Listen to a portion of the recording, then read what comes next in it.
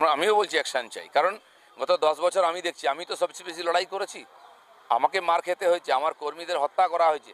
যত রাজনৈতিক হিংসা, সাম্প্রদায়িক হিংসা, দুর্নীতি, তাতে যত কমিশন ভারতবর্ষের আছে, এক তো মহিলা কমিশন, শিশু, এসসি এসটি, মাইনরিটি, ওবিসি, সব কমিশন এসছে, বারবার রিপোর্ট দিয়েছে, আজ পর্যন্ত কোনো কারবাই হয়নি।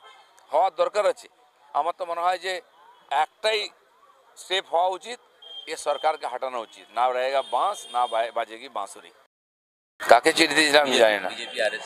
আরে চিঠি চাই না, প্রেমপত্র লিখতে কে বললো আপনাকে? আপনি পুলিশ প্রশাসন লাগান, যেই গন্ডগোল করছে ধরুন, তাহলে আপনার এমএলএ ধরা পড়বে, ওখানকার মসজিদের লোকেরা ধরা পড়বে, আপনার নেতারা ধরা পড়বে, যারা ওখানে এই উত্তেজনা ছড়িয়ে দাঙ্গা করেছে। ভিডিও দেখা যাচ্ছে, একটা লোককে ধরার হিম্মত নেই ওনার। খালি লোককে বোকা বানানো, মিথ্যা কথা বলবেন। এই বয়সে বেশি মিথ্যা কথা বলাটা ঠিক নয়।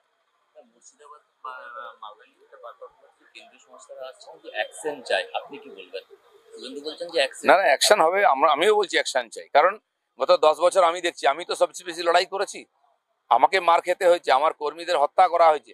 যত রাজনৈতিক হিংসা, সাম্প্রদায়িক হিংসা, দুর্নীতি, তাতে যত কমিশন ভারতবর্ষের আছে, এক তো মহিলা কমিশন, শিশু, এসসি এসটি, মাইনরিটি, ওবিসি, সব কমিশন এসছে, বারবার রিপোর্ট দিয়েছে, আজ পর্যন্ত কোনো কারবাই হয়নি। হওয়ার দরকার আছে।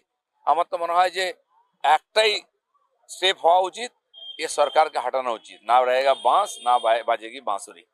মুর্শিদাবাদ নিয়ে বারবার বলা হচ্ছে 26 সরকার আছে, সমস্ত দাঙ্গাবাজদের বাড়িতে বুলডোজার চলবে, দরকার হলে প্রয়োজন হলে ক্ষতিপূরণ নেওয়া হবে। না না, সে তো ঠিকই বলেছেন উনি, আমরা করেছি এটা উত্তরপ্রদেশে দেখুন, বিহার, মধ্যপ্রদেশ, এ তো করবই নিশ্চিত। কিন্তু ততদিন এই যে হিন্দু সমাজ কি পাপ করেছে, এদের অত্যাচার সহ্য করবে, বাড়িঘর ছাড়বে, মা বোনের সম্মান, প্রপার্টি নষ্ট হয়ে যাচ্ছে, তো তার বিধিবিধান করতে আর ধৈর্য ধরার মতো পরিস্থিতি নেই। যত দিন যাবে তত সর্বনাশ হবে।